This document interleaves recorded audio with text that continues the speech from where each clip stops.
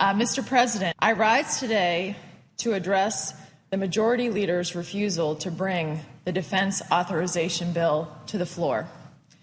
On Monday, Senator Reid came to the floor and acknowledged the importance of bringing the Defense Authorization Bill forward, and he said, I quote, "It is vital that we get to this bill and pass it." I couldn't agree more. That's why it's nothing short of outrageous that the Majority Leader is blocking this important bill from being debated and passed by the Senate based on misguided objections that the administration has raised to a bipartisan provision in the defense authorization which addresses how we detain and treat terrorists who are captured under the law of war. The American people and our military men and women deserve better.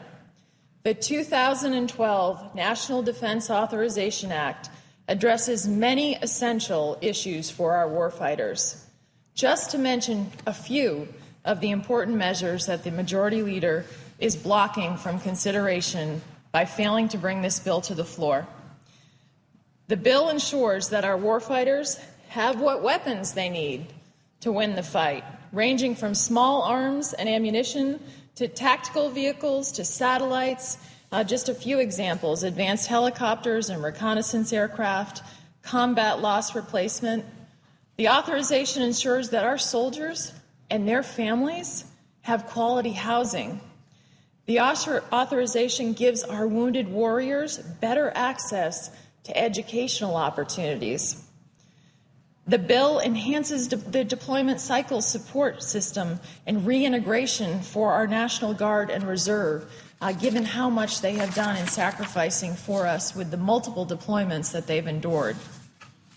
It strengthens oversight of our taxpayer dollars that are being used for reconstruction projects in Afghanistan, and it ensures that our money doesn't continue to go and to be funneled to our enemies. What is so disappointing is that the Majority Leader is willing to prevent passage of the Defense Authorization Bill, which addresses these essential needs that I've talked to you about our warfighters and our soldiers, because the Obama administration does not like one provision of the bill, the detainee provision of the bill, that was passed overwhelmingly by senators from both parties who serve on the Armed Services Committee. If the Majority Leader insists on preventing the defense authorization from coming to the floor this year, 2011 would be the first year since 1960 in which the Congress has not passed a Defense Authorization Act. Over 40 years in the history of our country, this would be the first time that this bill has not been brought forward and passed by this esteemed body. Let me just say this again. Here's where we are. In the midst of two wars, with our brave sons and daughters, husbands and wives, fighting in Iraq and Afghanistan, and I'm the wife of a combat veteran who served in Iraq, with our country facing a very serious threat from radical Islamist terrorists, this would be the first time in a half-century in which we have not passed a National Defense Authorization Act. Mr. President, to not bring forward the Defense Authorization Bill to the floor and to pass it after robust debate, where senators from both parties can amend it, we can talk about it, we can let the American people know what's in it, this would be shameful to not bring forward this bill. I met recently with the Sergeant Major of the Marine Corps. Sergeant Major Barrett shared with me the stories of several Marines who are serving our country. I can't discuss all of them, but I want to give you a few examples. One is Sergeant Ramirez, a squad leader assigned to the 1st Battalion, 5th Marines in Helmand Province in Afghanistan. Sergeant Ramirez has a hook as a left hand. In February of 2006, Sergeant Ramirez lost his hand when he was wounded in action while serving in Iraq with the 3/5 Marines. Now he's serving patrols in Afghanistan. He wanted to go back and serve our country. Talk about bravery. Talk about courage. There's also Sergeant Gill at Quantico and Corporal Pacheco at Camp Pendleton and thousands of other soldiers, sailors, and Marines who, after being injured in the battlefield, have gone back to serve their country. They are doing their jobs with skill and courage in the 10th year that our country is at war. I just wish that we would show half, even a quarter, of the courage of our military men and women in taking up the important issues that need to be addressed to protect our country, and many of them are addressed in this Defense Authorization Act. And that's why I'm on the floor today, because I think it's so important that this bill be brought forward, that we have a debate over it, that we're allowed to amend it, that we pass it, to make sure that our military men and women know that we're fully behind them. Now, I know the Majority Leader has said that if we just drop the detainee provision in the bill, that he will bring forward the defense authorization. But this is not how this body is designed to operate. If Senator Reid and the administration don't like the detainee provision in the bill, Senator Reid should move to amend it or vote against the bill rather than preventing the entire defense authorization from being considered. That's how the Senate is supposed to operate. Of course, the irony is that in a place where we rarely agree on anything, the detainee provision that is holding up this bill that the administration has objected to actually received overwhelming support in the Armed Services Committee. 25 out of 26 members of the Armed Services Committee voted for the detainee compromise. That rarely happens around here. I think it shows you that this was a thoughtful compromise and that members of both sides of the aisle worked hard to address this important issue. This compromise was actually a compromise put together by Chairman Levin of the committee, Ranking Member John McCain of the committee, and Senator Lindsey Graham, who also has substantial experience in the Guard as a JAG attorney. And the overall Defense Authorization Act passed out of the Armed Services Committee 26-0.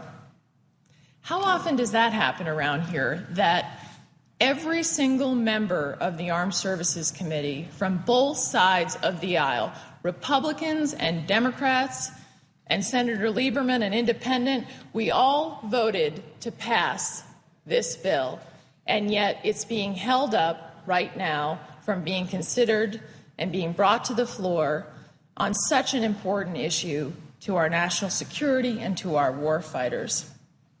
You know, in this era of partisanship, the American people want us to work together, and that's what we did.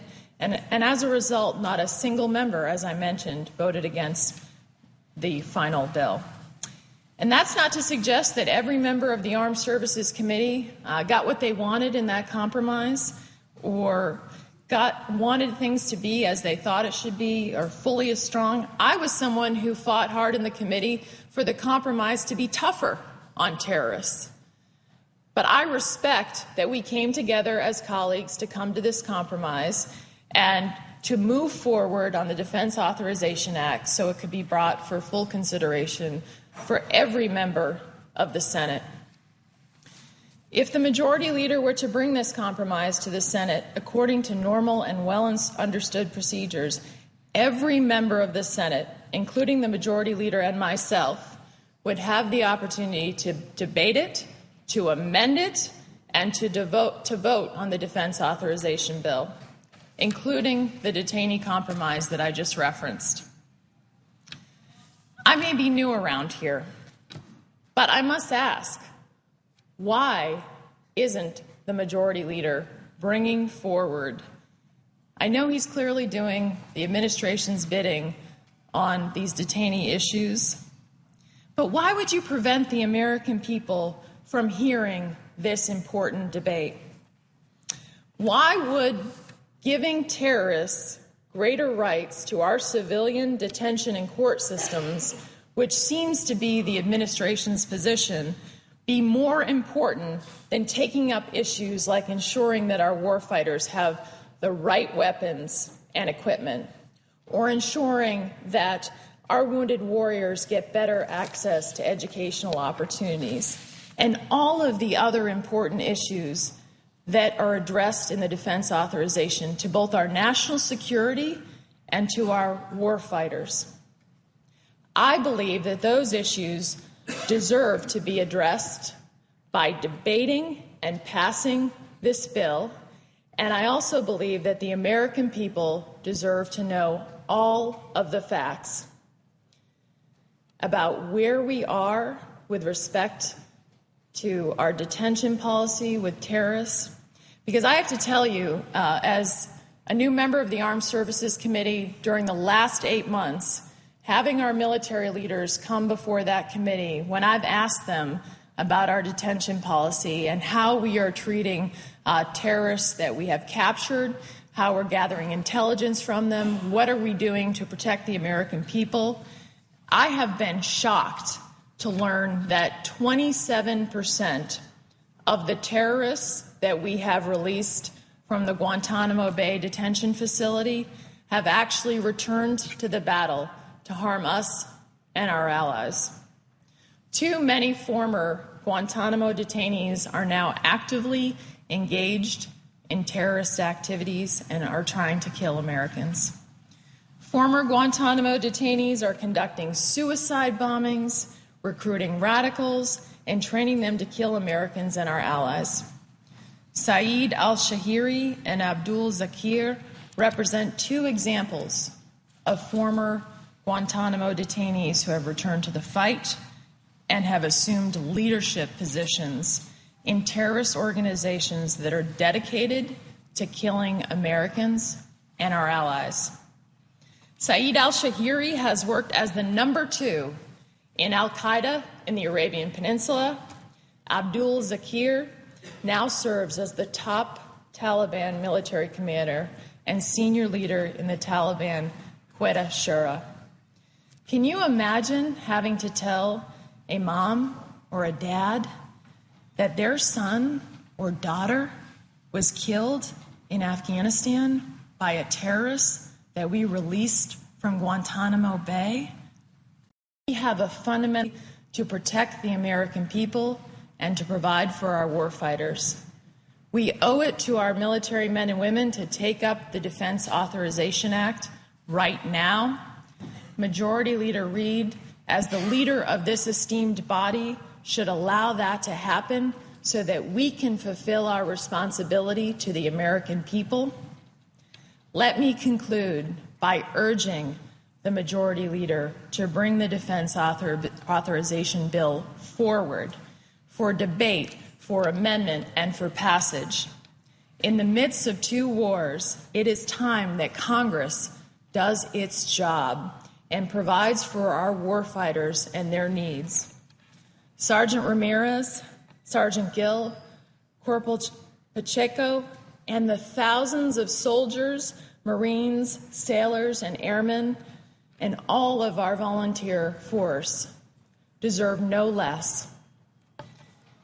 Mr. President, I yield the floor.